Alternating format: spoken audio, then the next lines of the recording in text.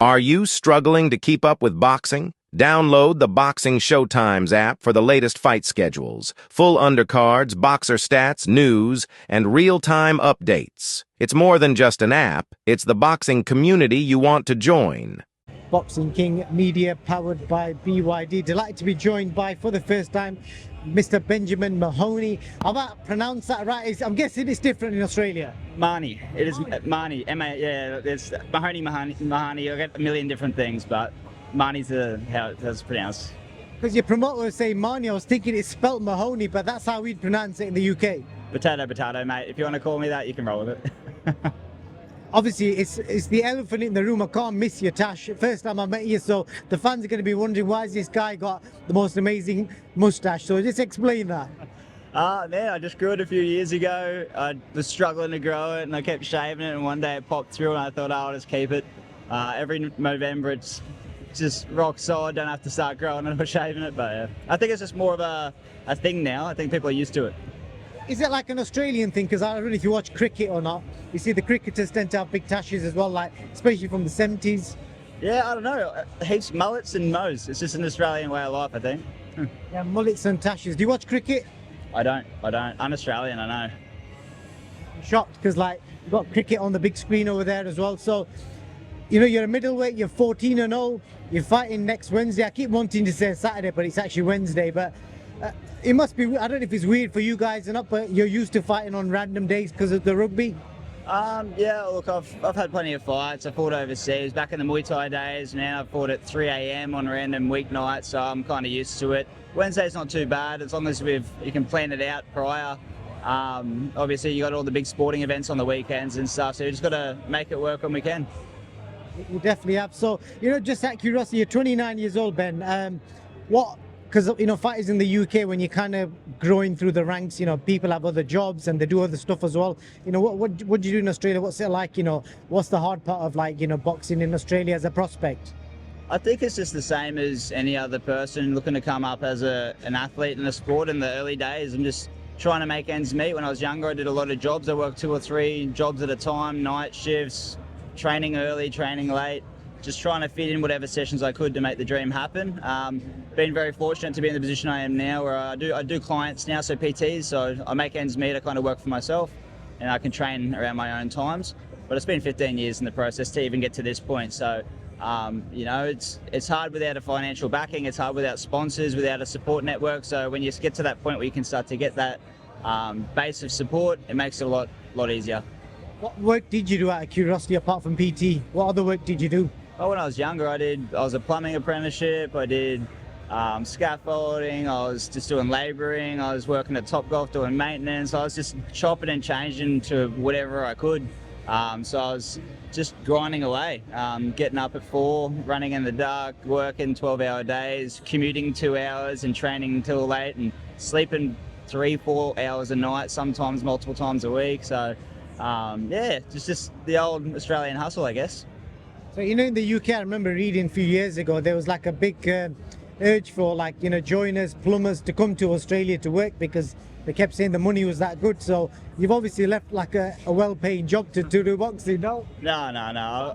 Oh, it's a myth. Well, I mean, when you're a qualified plumber and you've been working for a good company, I was on apprenticeship wages. I ended up cutting out on my last year.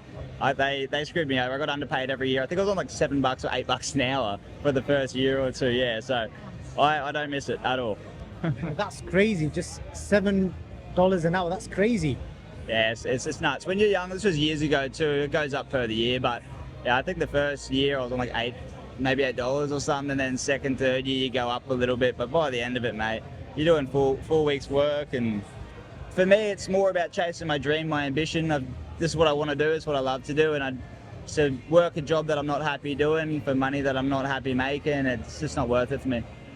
I suppose them sort of moments kind of make you the person you are today. So you're fighting against Fan Zhang on Wednesday. He's 8-2, I think he's on record. Looks like probably your best step up so far. You know, what are you expecting from Fan Zhang? Look, just a normal hard fight. I expect the same thing from every opponent. I don't really overestimate or underestimate anyone. I train the same for every person that I fight. I train as hard as I can. We do all of the necessities that we need to train for. I'm super fit, I'm super strong, I feel super aggressive, I feel ready to go out and put on a really good performance and get the job done. What are your aims? You know, I spoke to your promoter earlier, and he's saying you've got an all-action style, and the fans. He's kind of already got a fight in his mind. He's saying in a year or so's time, if Hamzah Sheeraz comes through against, you know, in his world title fight, he sees you fighting Hamzah Sheeraz in a year or so's time.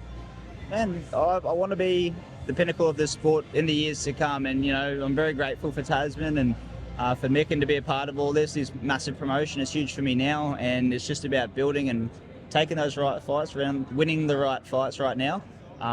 I've always said I'll fight anyone in the world. If I got an offer tomorrow to fight the biggest and best, I would take it in a heartbeat. I'm not stressed about my record. I'm not stressed about how that looks. I just want to do this. I want to love my life. I want to enjoy what I want to do as a passion.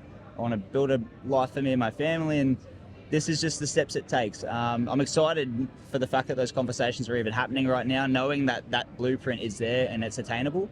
I just got to knuckle down, really put my head down for the next year or two, and I'm going to make it happen. Good stuff. You know, before I let you go, just so the fans who are tuning in, watching you for the first time, just tell me something about yourself that somebody may not know. Like, I don't know, for example, have you got any fears or phobias or anything like that?